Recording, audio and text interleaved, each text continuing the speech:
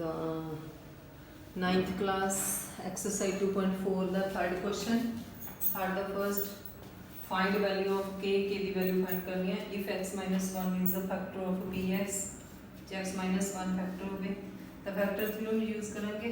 ठीक है, let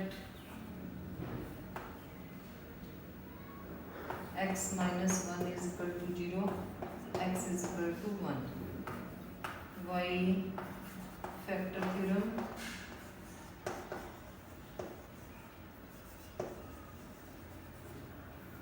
x minus 1 is factor of px, so remainder so remainder is 0। ठीक है जी, तो रिमाइंडर 0 हो तो पंजाबी मीडियम के का मुल पता करना जो x माइनस वन है जो पी एक्स का गुणनखंड हो तो पी एक्स दिता होया तो आप मान लेना जो गुणनखंड दिता होया उन्होंने इक्वल टू 0। तो गुणनखंड थ्योरम अनुसार x माइनस एक है जो पी बहुपद का गुणनखंड है, जो गुणनखंड है तो बाकी है जो 0 होगा। तो आप वैल्यू पुट करेंगे तो पहले इतने लिख लें x square plus x plus k is equal to 0 क्योंकि रिमाइंडर है जो 0 होगा फैक्टर देता है। तो एक्स की वैल्यू पुट कर दें, put value of x is equal to 1, x की वैल्यू 1 पुट करांगे।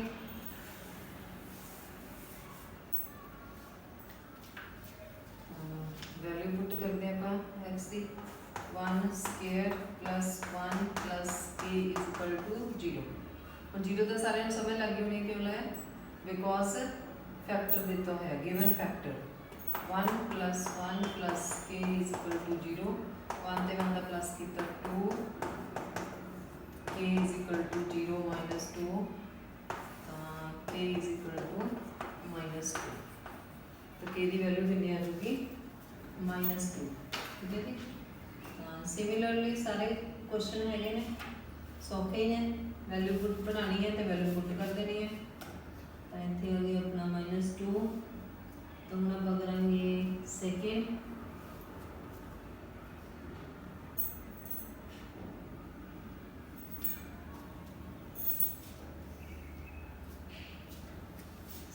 पार्ट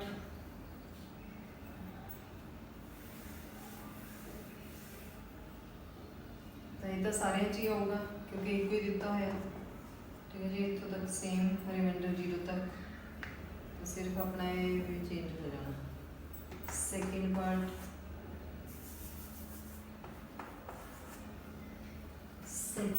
होगा जी पी एक्स है 2x square plus K x plus √2 देता है factor x minus 1 is factor of p x. ठीक है, तो रिमाइंडर 0 होगा। तो मैं तो पॉलिनोमियल लिख लेने हम, polynomial 2x square plus K x plus √2 is equal to आ जाएगा 0। वैल्यू पुट करते हैं एक्स की 1 है एक्स की value 2 1 square plus k multiply 1 plus √2 is equal to 0। 1 और 2 टाइम मल्टीप्लाई करेंगे 1 के 1 मल्टीप्लाई के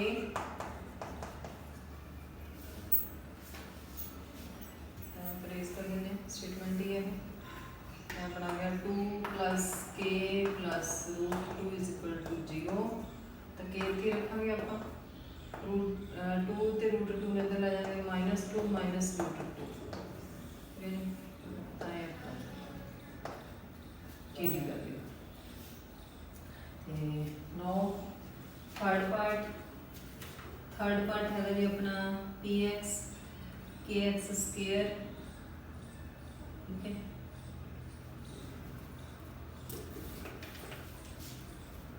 इन्हें तुम इधर भी लिख सकते हो माइनस कॉमन कट के 2 प्लस √2 क्योंकि दोनों आगे माइनस है। सेम ही है, चाहे लिखो चाहे लिखो। थर्ड पार्ट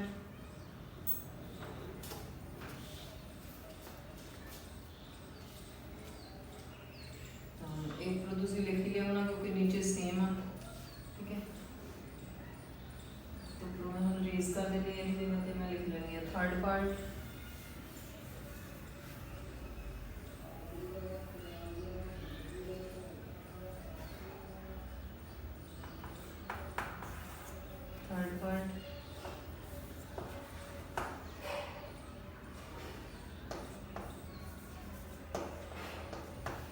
थर्ड पार्ट है जी P x is equal to K x square minus root 2x plus 1 दिते हुए फैक्टर तो लिखे हुआ सारा सेम आना, बस सब इतना चेंज कर देंगे।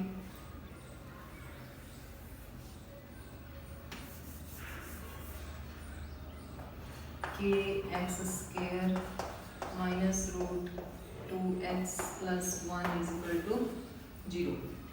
हम आप वैल्यू पुट कर देते हैं,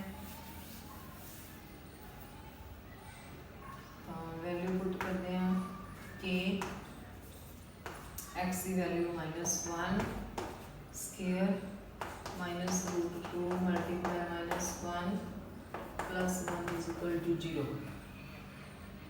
-1 मल्टीप्लाई करेंगे प्लस 1 आ जाएगा, k minus minus plus root 2 plus 1 is equal to 0। K plus root 2 plus 1 is equal to 0। तो फिर के की वैल्यू आ जाएगी k is equal to minus root 2 minus 1 या फिर सेम माइनस कॉमन कट के रूट 2 प्लस 1। तो दोनों जो दूसरी जो मर्जी लिख सकते हैं, ठीक है। ये जो आंसर थोड़ा, ठीक है जी, रूट 2 माइनस 1।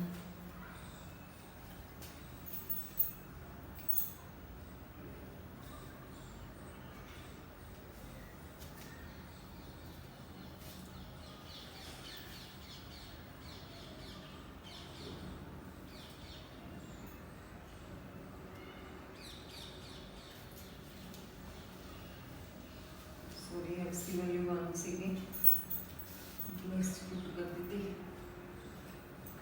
दोबारा पुट कर देते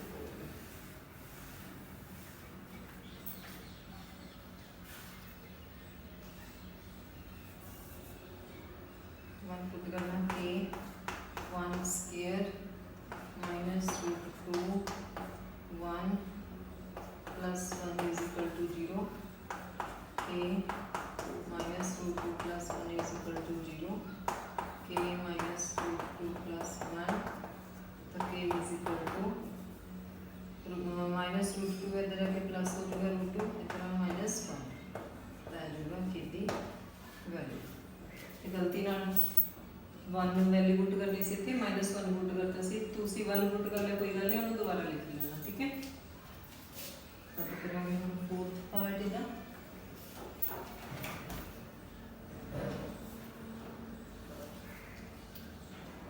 फोर्थ पार्ट है जी के एक्स स्क्वायर, तक हम लिख लेंगे कि तुम लिख लिया होना लगा हम के एक्स स्क्वायर है -3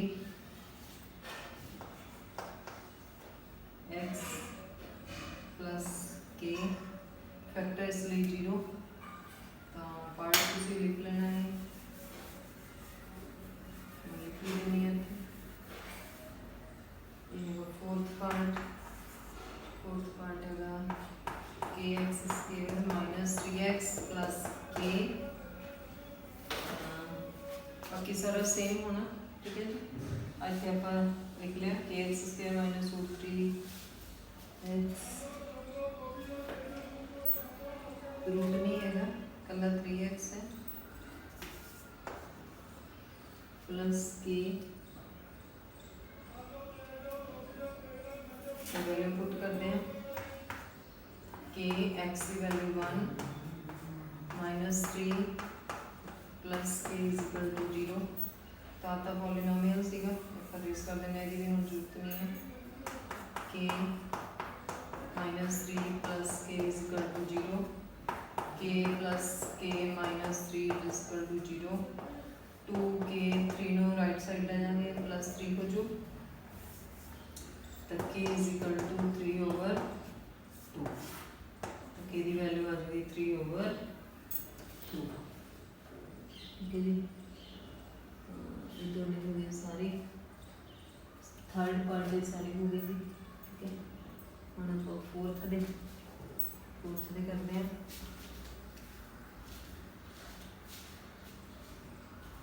तो फोर्थ दे मैं तुमने ये ही करा देनी है सो ये थोड़ा हो गया ना कंप्लीट सो फोर्थ पार्ट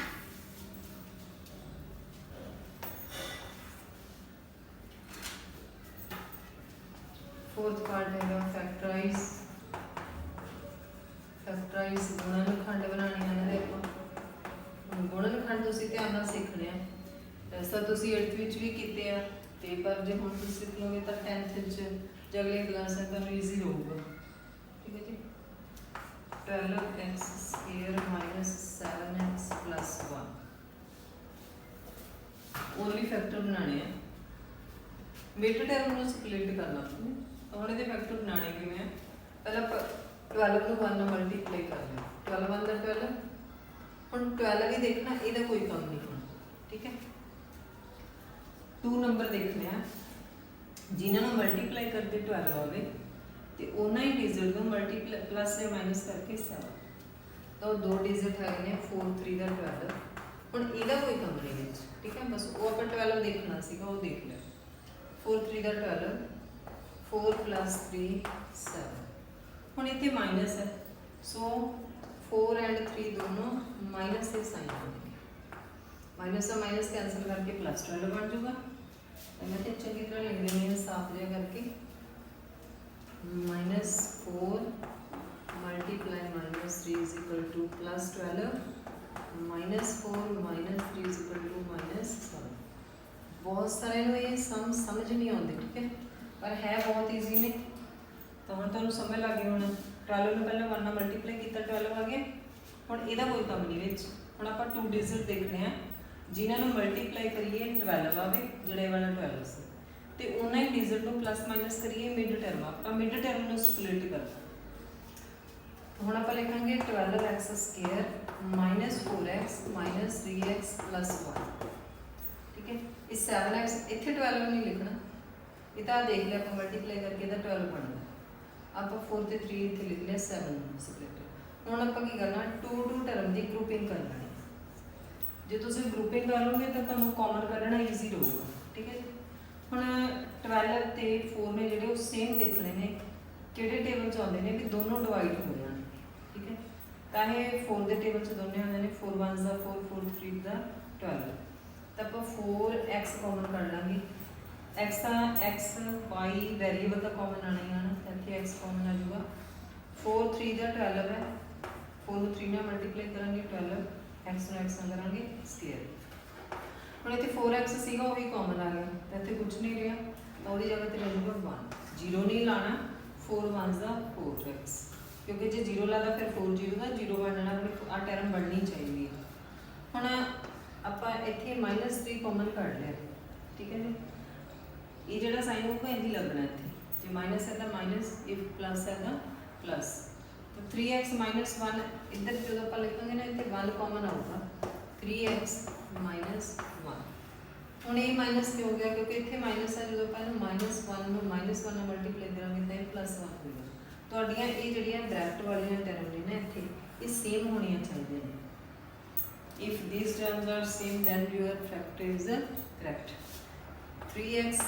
-1 ਇੱਕ ਤਾਂ ਇਹ ਜਿਹੜੀ ਸੇਮ ਟਰਮ ਆ ਤੁਹਾਡੀ ਇਹ ਲਿਖਣੀ ਆ ਇੱਕ ਜਿਹੜੀ ਤੁਸੀਂ ਬ੍ਰੈਕਟ ਦੇ ਵਿੱਚ ਕਾਮਨ ਕੱਢੀ ਆ ਇਹ ਲਿਖਣੀ ਆ 4x -1 ਸੋ ਇਹ ਇਸ ਫੈਕਟਰਾਈਜ਼ ਹੋ ਗਏ ਤੇ जब आप इन्होंने मल्टीप्लाई करांगे तो थोड़ा आंसर ये 12x स्क्वायर माइनस है ये होंदा प्रोडक्ट ये है ने फैक्टर ठीक है हम आप करांगे दा सेकंड पार्ट ते आ थोड़े लाने की जरूरत नहीं है ये सिर्फ तुहानूं समझाउण लई लाया मैं अंडरलाइन किया भी टर्म सेम होनी चाहिए है। एक तो जी सेम टर्म वो लिखनी है, एक जी कॉमन कड्डी है ये लिखनी। ठीक है जी, हम इहदा आपां करते हैं सैकेंड पार्ट।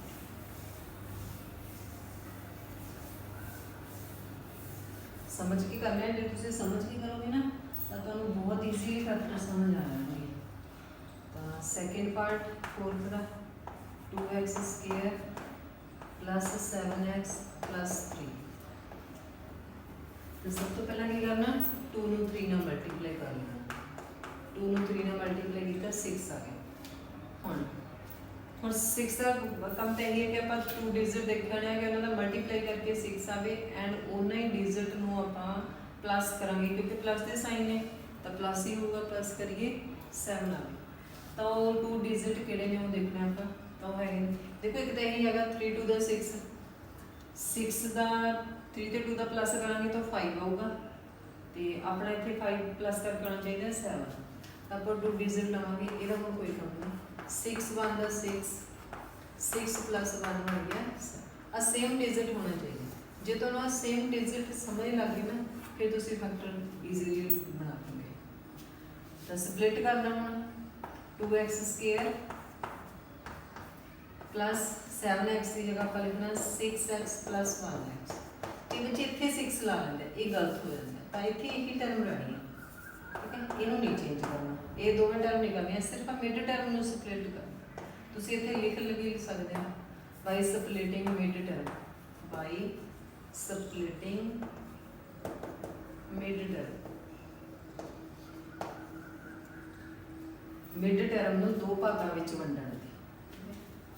हम आप 2 की ग्रुपिंग कर लें तो मैं दसिया पहला भी 2 2 की ग्रुपिंग कर लेनी। ग्रुपिंग करोगे तो कॉमन पता लग जाएगा। तो 2 ते 6 दोनों सेम टेबल च देखने जी हाईएस्ट के आते हैं तो 2 के आते हैं तो 2x कॉमन 2x स्क्वायर चो 2x कॉमन आ गया 2 भी कॉमन आ गया x स्क्वायर एक x कॉमन आ गया तो इतने गया x 2 3 का 6 होंगे 3 क्योंकि x एक ही सी वो कॉमन आ गया प्लस तो x प्लस 3 इतने x प्लस 3 इतने साइन इतने प्लस जितने कोई कॉमन नहीं है देयर विल बी राइट 1 तो उत्थे असी एक लिखांगे। If common not then right 1। So ये सेम टर्म होगी तो एक तो अपन जी सेम टर्म है लिखनी है x प्लस 3 कब लिखनी है 2x प्लस 1। एक लिखनी है जी कॉमन करनी 2x प्लस 1। ये हुआ थोड़ा सेकंड पार्ट। नो थर्ड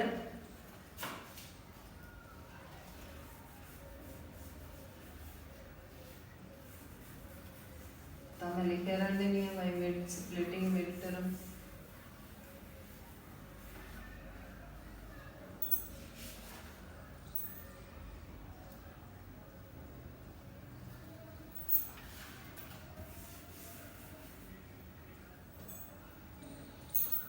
अगला पार्ट है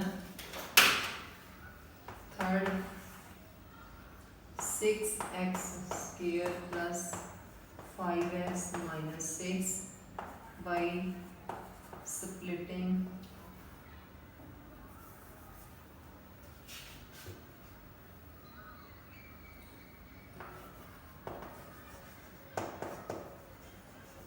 mid term। यहाँ पर मिड टर्म में स्प्लिट करते हैं। हम देखते हैं किमें करना। पहला तो की करना 6 और 6 में मल्टीप्लाई कितना बन गया 36। हम 2 डिजिट देखेंगे जिन्होंने मल्टीप्लाई करके 36 आवे उन्ना ही डिजिट को माइनस करके क्योंकि 1 साइन माइनस है तो माइनस करके 5 आए तो अपने होंगे 9 4 का 36 9 माइनस 4 आ जाएगा 5 4 आऊगा माइनस का साइन। ठीक है, आप लिखते हैं 6x स्क्वायर 5 की जगह लिखेंगे 9x minus 4x minus 6 2 2 term की ग्रुपिंग तो 3 के table 3x 2x plus 3 3 to the 6 x square 3x और 3 ना करेंगे 9x तो इतने दोनों माइनस का साइन कॉमन 2 कॉमन तो सेम आ जाएगा 2 2 द 4 2 3 द 6 तो माइनस कॉमन कर लिया तो साइन चेंज हो जाएगा, सेम हो गया अपनी टर्म 2x प्लस 3 इक्वल भी 3x माइनस 2। ठीक है जी, हम आप करांगे तो फोर्थ पार्ट पंजाबी मीडियम इतने लिख सकते हो विचकारले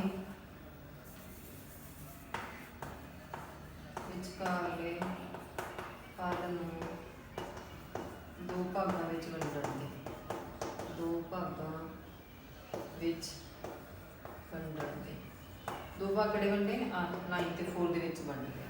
ठीक है, हम आप करते हैं फोर्थ पार्ट।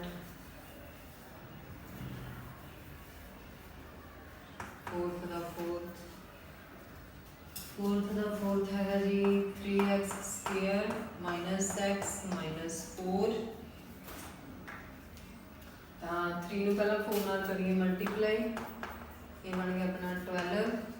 तो हम 2 डिजिट देखने जिन्हों का मल्टीप्लाई करके 12 हो गए माइनस करके 1।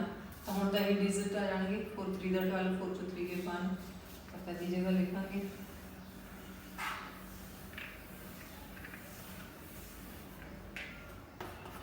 3x square minus 4x plus 3x minus 4। इतने क्योंकि माइनस का साइन है सो ग्रेटर साइन डिजिट का साइन है जो वो माइनस। 2 2 की ग्रुपिंग कर लेंगे हम इतने 3 ते 4 किसी टेबल्स नहीं आते, 3 and 4 have no common factor. So x ते x 1x 3x minus 4, here is no common factor, 1 common factor 3x minus 4। इत्थे भी कोई नहीं कॉमन फैक्टर है, इत्थे भी कोई नहीं है, इत्थे अपना एक दे सेम टर्म होगी 3x minus 4, एक जड़े आप कॉमन लिखिए x plus 1। तो ये सीगे अपने 4 के फैक्टराइज करना स्प्लिट करके, ताकि 5th क्वेश्चन है, 5th क्वेश्चन के समय है लेंथी। सो नैक्सट वीडियो के विच करांगे। जो तुहानूं समझ लगी तो दब के कमेंट करना, शेयर करना ते लाइक करना। Thank you.